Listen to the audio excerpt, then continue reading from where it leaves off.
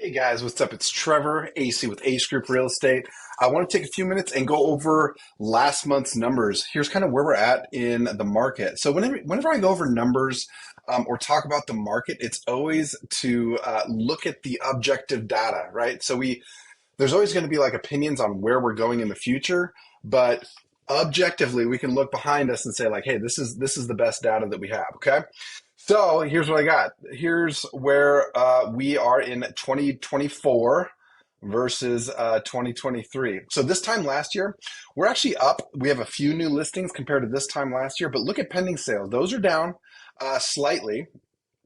And closed sales are also down by about 5%. Okay.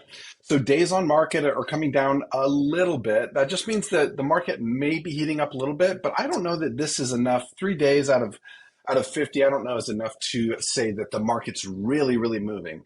Now, keep in mind, since these numbers have come out, we've actually gone up in interest rates a little bit. So if you don't know how interest rates work, here's what that means. So anytime interest rates go up, that means the cost of money, what you pay for that loan goes up, right? So a buyer generally can afford less loan when the interest rates go up. Seems very obvious, but how that affects the market is then their buying power out there in the market when they're looking at homes goes down. So sellers eventually would need to pull down pricing to compensate for that.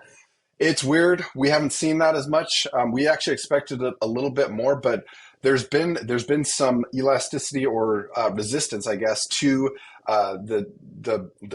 seller list prices coming down, even though interest rates went way up. So what we have essentially is a lot of pent up seller demand. So there's sellers out there that want to move, they want to sell, but they've been in these really low interest rate mortgages, and for them to move, it would take going basically up in payment for a lesser house. At least that's how it's been with interest rates at 7 and 8%. So we think we're seeing a big like backlog of sellers that need to move. So as soon as interest rates do come back down, I think it's going to heat back up. That's my opinion. Median price. Check out median price here. We have, I think I already mentioned this. It's up a little bit, so it's not up a lot, but it's inching up a little bit. Same with average sales price.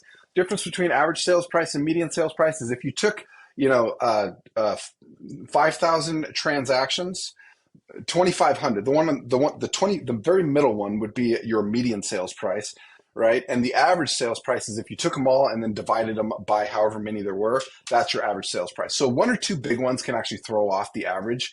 I like to look at median because it gives a better idea of where the market's actually going. Percent of list price received, so that's gone back up. That's interesting. It's not a big number. This was all over the place when the market was really hot and agents were struggling to figure out where the market really is at, and we would price it based on what we think is aggressive based on a hot market, and then it would still go up from there, or that'd be too hot and we'd have to come back down.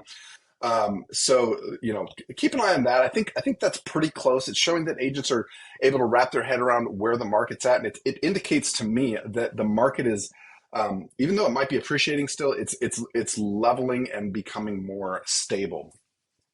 The next two are very interesting. So inventory of homes for sale. That means that's literally how many homes are for sale this time versus last year.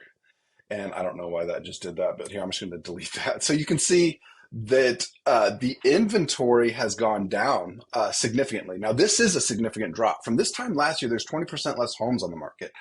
That means there's less choices for buyers overall. But if you look at the month's supply of inventory, what this record what this stat indicates, this metric is, I don't know why it keeps doing that. I'm trying to show you guys. What it means is if there was no more homes that came on the market, this is how long it would take in months to sell through the current inventory.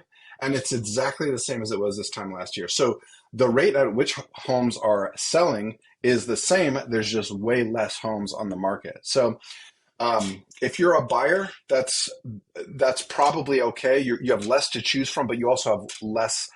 But they're also, you have the same amount of competition. So if you're a buyer, you always want more homes on the market. You always want to see more. You always want to see more inventory. And if you're a seller, obviously you want less inventory. You want your home to appeal to more buyers. And so that's kind of where we're at right now. What can I say about inventory? 3 months, 4 months is probably about an even market. It's hard to say, but that's about like an even, not a buyer's market, not a seller's market. Less than 3 months is usually considered a seller's market, and then anything over like 3, 4 months is considered a buyer's market where the buyers really have the advantage. It's a general term. What we're seeing is inventory still low compared to how it was a couple of years ago, though. It always feels um, like it's just way cooler of a market. And here's why: because we did this for many, many, many years, about 10 years, right? And then interest rates right here went bonkers, and pricing started coming down a little bit, and then you can see here it's turned back. So my guess is it's going to kind of do this for the next several years. I think we're going to see some appreciation, but indications from the Fed are that they're not going to be riding in on their white horse to drop interest rates anytime soon. A lot of that has to do with complex economic factors, particularly around unemployment rates and things like that. So hopefully you find this helpful. Let me know if you have any questions on this. Keep in mind that this is kind of a macro level. I wouldn't necessarily apply this to your specific home. If you do need somebody to talk about your home, then shoot me a text or a call or an email, and we can look at what your home would sell for in the local market under current market conditions. All right, Trevor AC out. Have a good day.